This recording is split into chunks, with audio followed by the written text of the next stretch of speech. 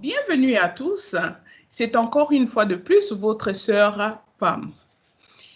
La communication est la base de toute relation humaine. Peu importe la culture, c'est une affaire qui nous concerne tous. Lorsque la communication est défectueuse au sein d'un couple ou une famille, toute la relation est perturbée. Aujourd'hui, nous allons discuter de la communication au sein du couple, au sein de la famille. Mon invité du jour aujourd'hui est pasteur Colette Aubin-Rossignol. Elle est pasteur principale à l'église Le Rendez-vous qui se trouve à Montréal. Bonjour, pasteur Colette. Bonjour, ma sœur Pam. Comment vous allez? Ça va très bien et toi-même? Je vais bien, merci. C'est un plaisir et je me sens vraiment honorée que vous preniez le temps pendant votre temps de vacances, au fait, pour nous rejoindre sur cette plateforme. Que le Seigneur vous bénisse. Ben, c'est moi qui est honorée. Merci beaucoup de l'invitation. Merci.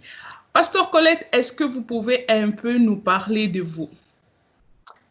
Eh bien, moi, je suis maman de 4 garçons. Un est allé rejoindre le Seigneur, donc j'ai 3 garçons. Et j'ai 12 petits-enfants. Wow. Un 13e en route. Donc, Wow. je suis mariée au pasteur Mario Rossignol. Et j'exerce le ministère depuis quand même assez longtemps, depuis peut-être une 40aine d'années. Et parce que j'aurai bientôt 70 ans, donc ça fait longtemps que je roule ma bosse, comme on dit, que j'œuvre dans le ministère de toutes sortes de façons. Wow. Dans les conférences pour femmes, dans les invitations au niveau prophétique, au niveau apostolique. Nous avons beaucoup voyagé, mon mari et moi. Nous avons apporté notre onction là où le Seigneur nous a dirigés. Donc, et là, depuis toute cette pandémie, le Seigneur ouvre d'autres sortes de portes, comme avec toi, par exemple. Amen. Et donc, on pensait d'arrêter tout, mais non, le Seigneur avait d'autres plans. Vous êtes directrice d'une, vous avez parlé tantôt d'une association de femmes, c'est ça? Est-ce que vous pouvez en dire un peu plus? Oui, ça s'appelle Femmes de qualité. Nous faisons des conférences dans un hôtel à Montréal, au Nouvel Hôtel. Ça fait déjà une 15aine d'années. Au début, nous faisions chaque mois Femmes de qualité. Beaucoup de femmes ont été délivrées, guéries, encouragées. La force de ce ministère, c'est la guérison des cœurs brisés. Donc, nous savons que beaucoup de femmes ont eu des cœurs brisés, ont été meurtries, violées, battues, etc. Et donc, le Seigneur m'a donné une spécialité, si je peux dire, dans ce domaine-là. Alors, c'est un ministère très profond et qui donne beaucoup de résultats et qui a beaucoup de femmes ont été aidées par ce ministère.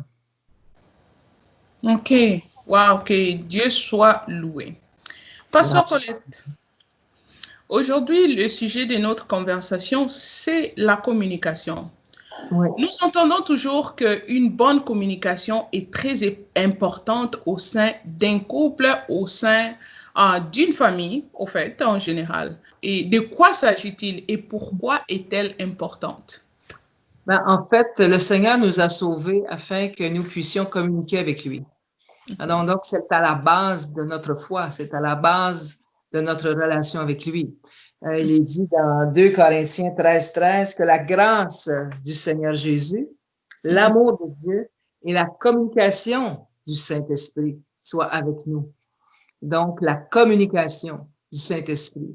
C'est important que je puisse moi-même communiquer avec le Saint-Esprit si je veux ensuite bien communiquer avec les gens qui sont autour de moi.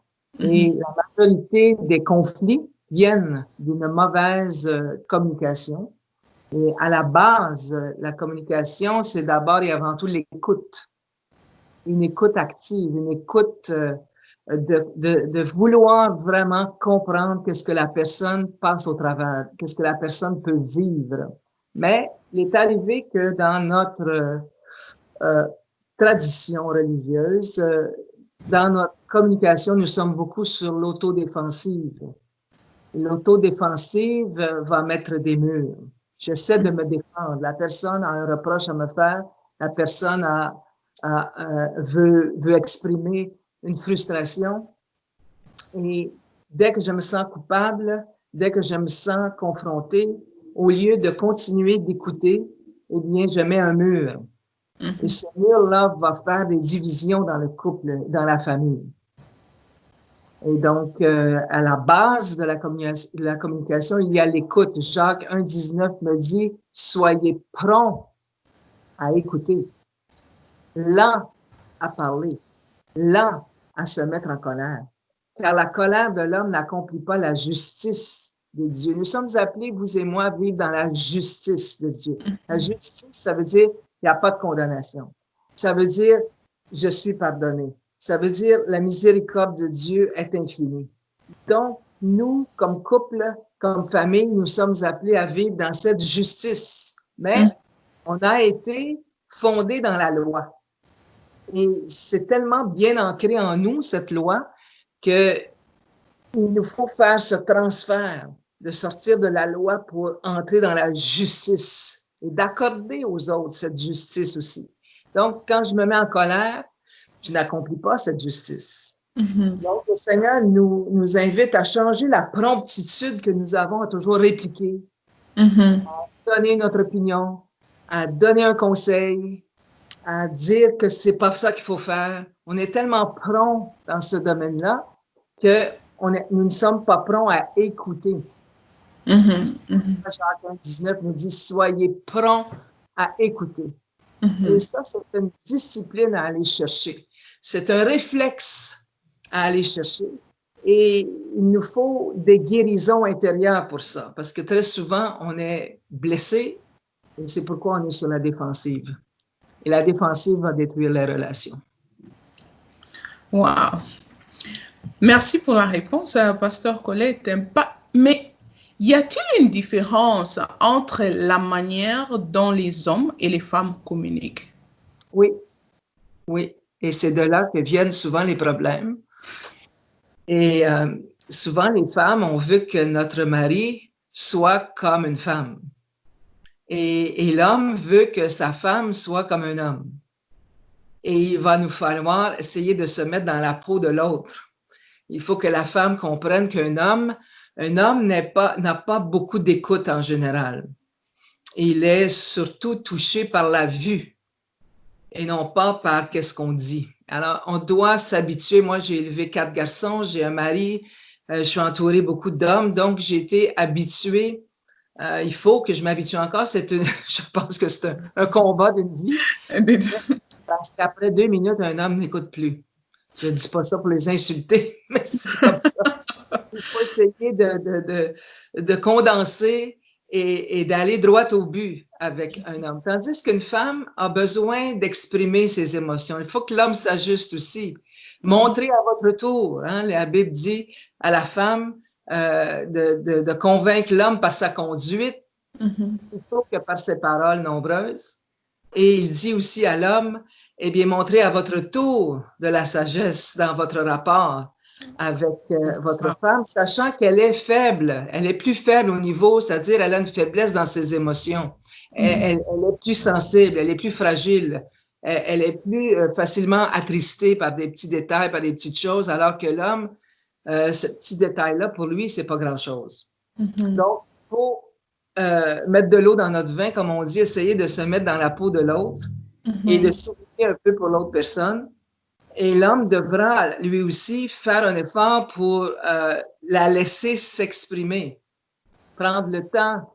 Parce que souvent, une femme, une fois qu'elle a exprimé ses émotions, elle va être plus ouverte pour chercher des solutions. Si tout de suite, on veut donner des solutions sans avoir pris le temps d'exprimer ma tristesse, ma déception, ma frustration. Et souvent, on dit, mais il ne faut pas dire ça. Oh non, non, non, non, Dieu ne veut pas qu'on dise ça. Et là, on empêche la personne de s'exprimer. Une fois que la femme a déversé ses émotions, qu'elle a pu exprimer sa colère, son doute, toutes des choses comme ça, des émotions qu'on appelle négatives, mais eh bien là, elle va être ouverte au conseil de son mari de chercher une solution. C'est sûr qu'on dit souvent l'homme vient d'une autre planète que la femme. Elles sont deux personnes complètement différentes. Dieu a mis ça ensemble. Pourquoi? Je ne sais pas, je vais lui poser la question un jour. C'est un miracle qu'on vive ensemble parce qu'on est tellement différents. Mais en même temps, ça nous force à s'oublier pour l'autre. Ça nous force à penser aux besoins de l'autre plutôt qu'à nos propres besoins d'abord et avant tout.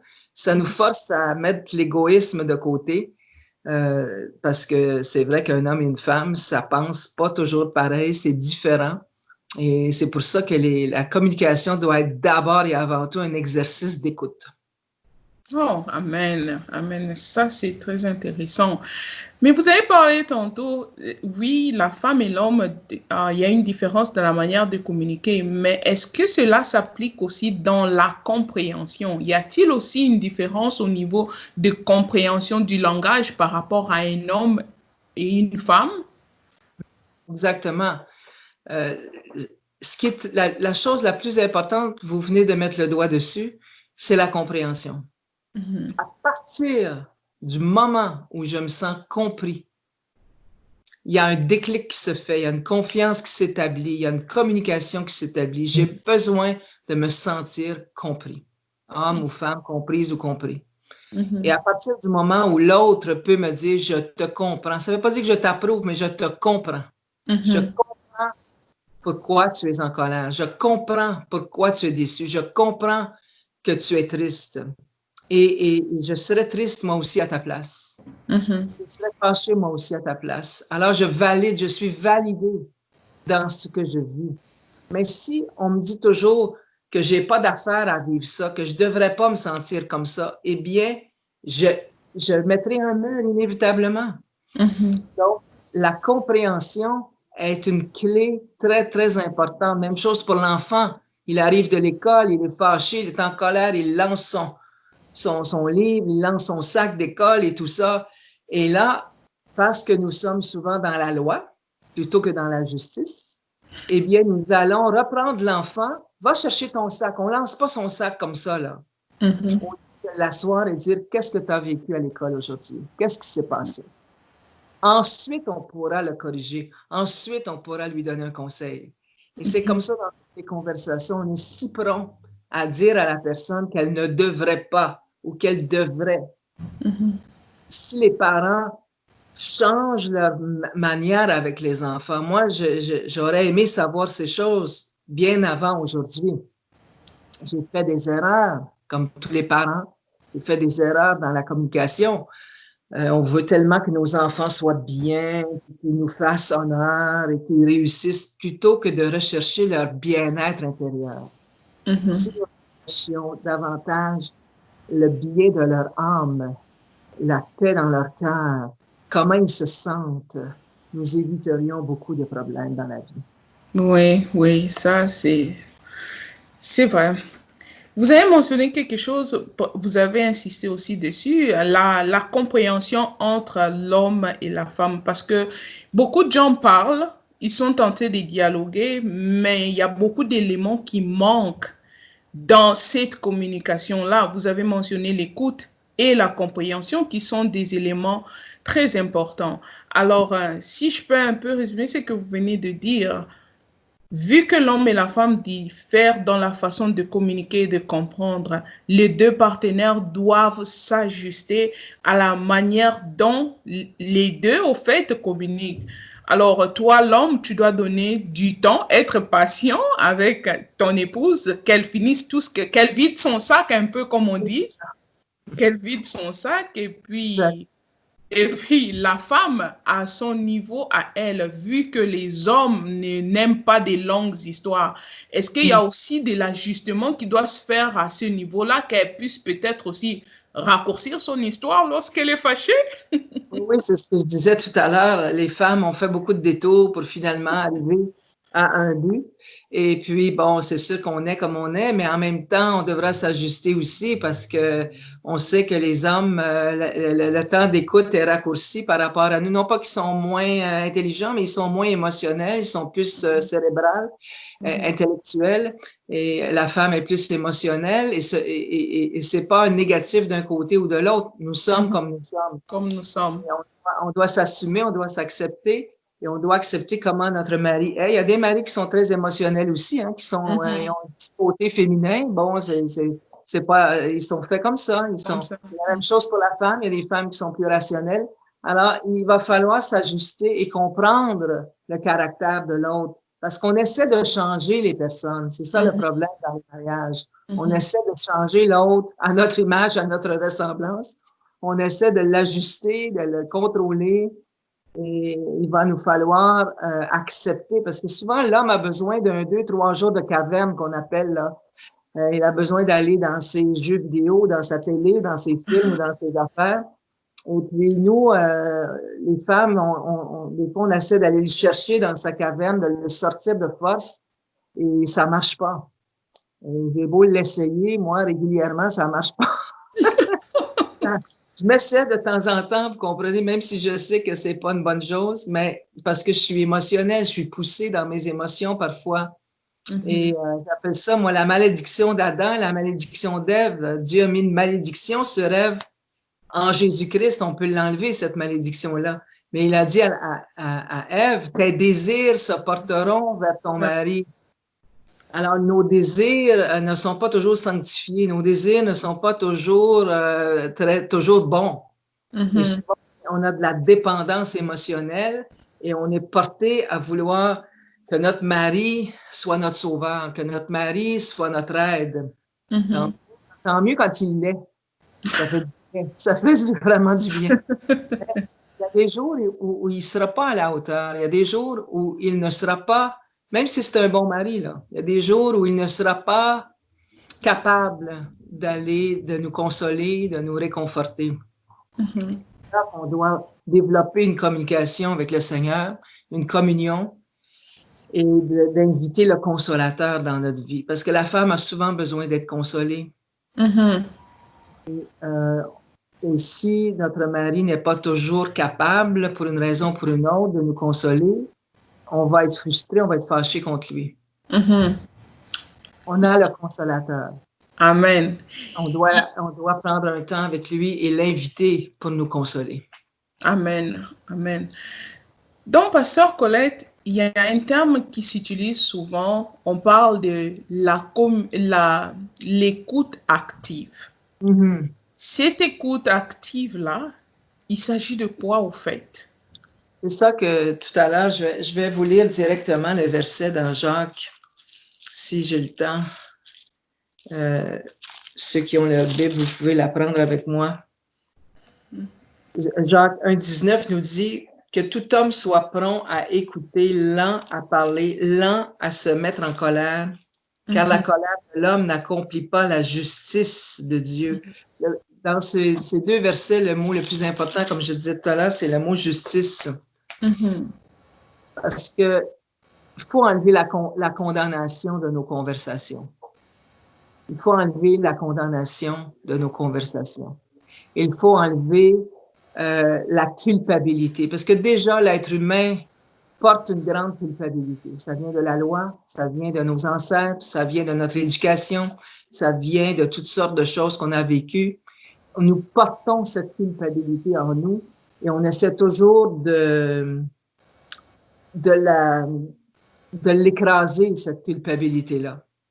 Et le Seigneur veut que dans nos conversations, il y ait un élément de guérison.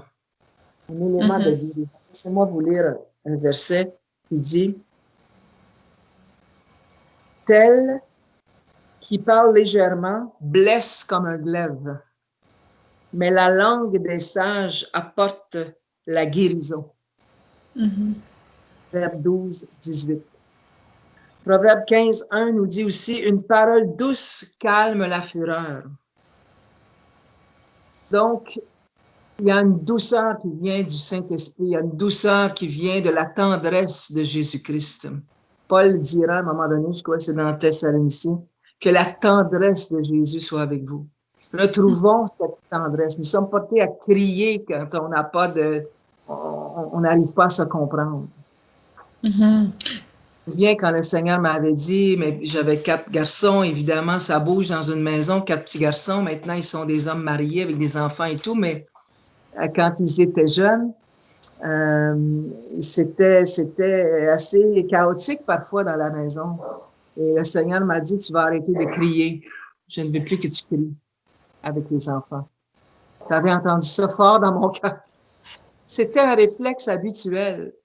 Et comment tu peux éduquer 4 garçons sans crier? Ça a été vraiment un cheminement. Ça s'est pas fait du jour au lendemain. Et puis, je m'échappais de temps en temps, c'est sûr, mais le Seigneur m'avait convaincu qu'il fallait que je leur parle doucement, que je leur parle avec tendresse, que je leur parle avec amour. Et même quand je dois les corriger, si je devais les restreindre ou les donner une punition, quoi que ce soit, je devais le faire dans la justice de Dieu et non pas dans la condamnation. Je ne devais pas toucher à leur identité, à traiter de non, tu es un paresseux, tu es un bon à rien. Je ne devais pas dire des mots comme ça, mais de dire, je sais que tu es capable, tu vas le faire, et si tu n'écoutes pas mes consignes, il y aura des conséquences, mais jamais avec une hargne ou une vengeance ou une colère ou même une violence. Il y a des parents qui sont violents, qui frappent dans la colère, qui tapent le visage. Lorsqu'on tape le visage, on touche à la beauté, à l'identité, on touche à l'image et on brise l'âme des enfants. Il y a des parents qui sont tellement sévères qu'ils brisent l'âme des enfants. Ça prend de la discipline. La discipline, on peut la faire dans la justice de Dieu. Mais la colère vient de la loi. Amen. La colère de nos conversations. Nous sommes arrivés à la fin. Si nous pouvons juste prendre un temps, vous allez prier pour les familles. La première chose, on va demander pardon au Seigneur parce que vous et moi, nous avons eu des manquements. Nous avons blessé quelqu'un par notre manque en quelque part et nous avons été blessés aussi. Donc, on va pardonner et on va demander pardon. Alors, Père éternel, nous venons devant toi et nous venons chercher ton pardon parce qu'il nous est essentiel pour continuer la route, pour continuer dans les communications, dans les relations. Nous venons, Père, te demander pardon parce que nous avons eu des manquements. Nous avons manqué de sagesse, nous avons manqué d'écoute, nous avons manqué de communiquer ton amour, Seigneur, dans nos relations. Veuille nous pardonner. Et Seigneur, nous voulons à notre tour pardonner à ceux qui nous ont blessés, à ceux qui nous ont lancé des flèches comme des glaives dans le cœur, qui nous ont dit des mauvais mots, qui nous ont donné des mauvais noms.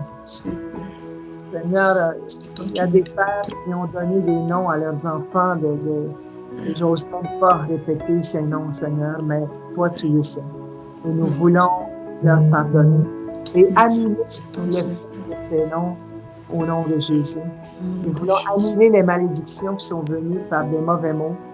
Au nom de Jésus, Seigneur. Nous voulons annuler ces noms, Seigneur. Tu nous as créés à ton image, à ta ressemblance. Mis sur une couronne d'honneur.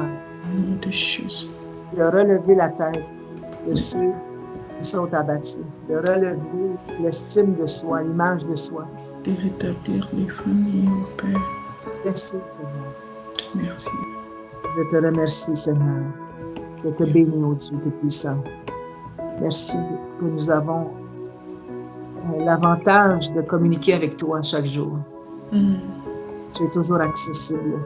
Oui, Père. Rends nos bien-aimés faciles d'approche aussi, Seigneur. Comme toi, tu es si facile d'approche. Merci. Merci au nom de Jésus que nous avons ici prié. Amen. Merci beaucoup, Pasteur Colette, que le Seigneur vous bénisse vraiment abondamment. Et pour ceux qui sont en train de nous suivre de partout où vous êtes, que le Seigneur vous bénisse en excès.